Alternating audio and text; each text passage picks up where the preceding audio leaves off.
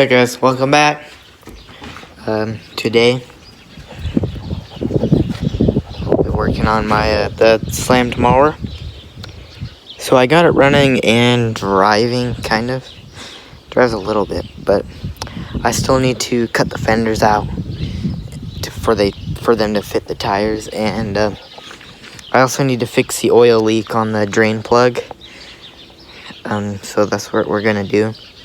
So I'm gonna spin this mower around to where the front wheels are facing out that way, because I need to tip the mower over, but I have to tip it over this way, so that way oil doesn't get into the carburetor.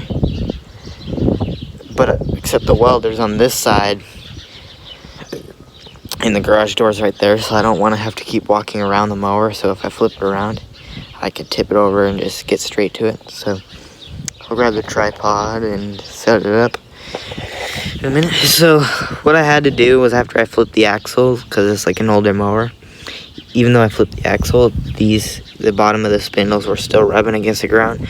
So what I did was I cut the spindle, cut another chunk out of it, lowered it down, welded it back on, and then just kind of welded a support right there. Did the same for this side, cut it, welded on, put something there to support it, and then cut out the frame right here on both sides. And then what I did was I had to flip the tie rod, something like that, the steering rod upside down, and cut out the frame right here so it would go on. And then this is my homemade drain plug, so it wouldn't hit, but it's kind of leaking a little bit, as you can see. And then I didn't have any belts, extra belts that would fit, so what I did was I just slid the transmission forward about an inch, because it used to be over here a little bit, but I slid it forward.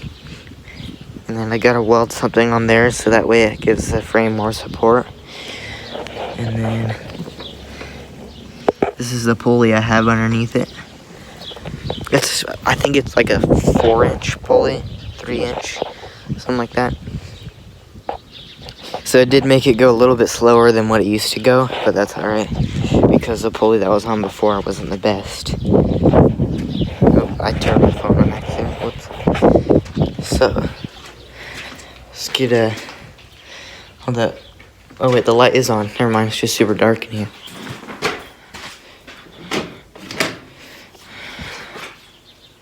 How do I do this?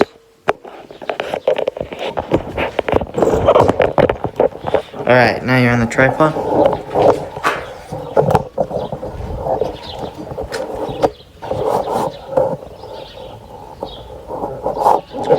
Don't get it to lock.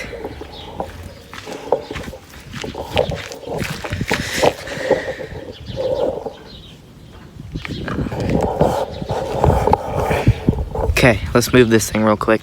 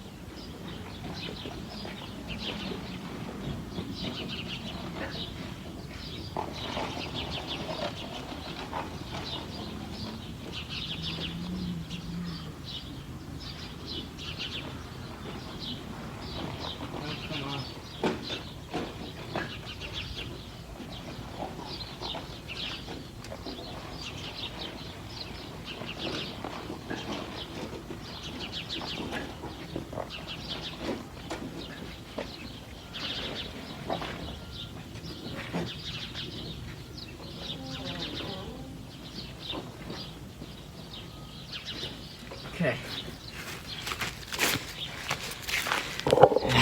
We got that spun around. Now we gotta get this thing flipped over.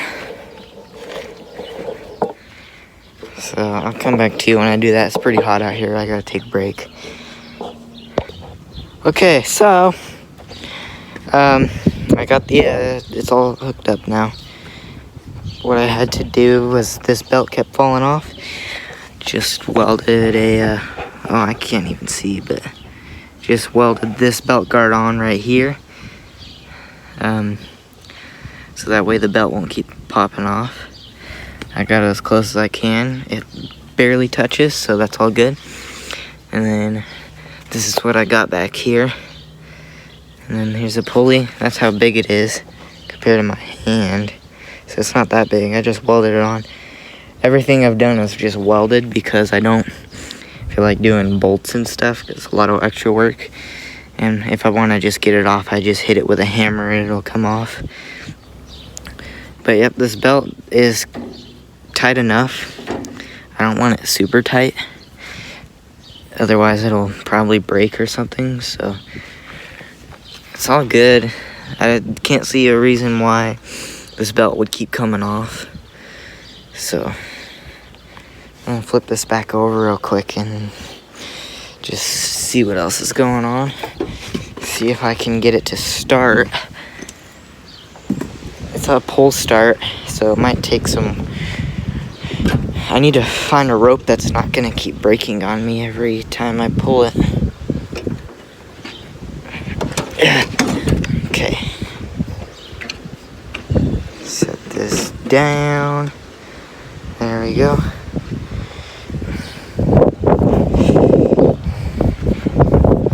Alright, so I think I can hit the clutch. The belt's not gonna come off. It's good for now. We'll see what happens when it starts. I'll come back with you in a minute. Alright guys, so I don't know what's happening, why the belt keeps coming off.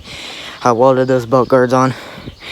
Almost no possible way that the belt could come off, but somehow it still managed to slip past the belt guard. And you saw how close that was. How the heck does the belt even get through there? That's not even... There's something that's making it come off all the time. I don't even get it. How does the belt possibly squeeze through that little gap without a problem? I don't know. We'll see. Alright, but that's the end of this video. I'll make another video. You guys will be able to see it drive and run. And I'll see you in the next one.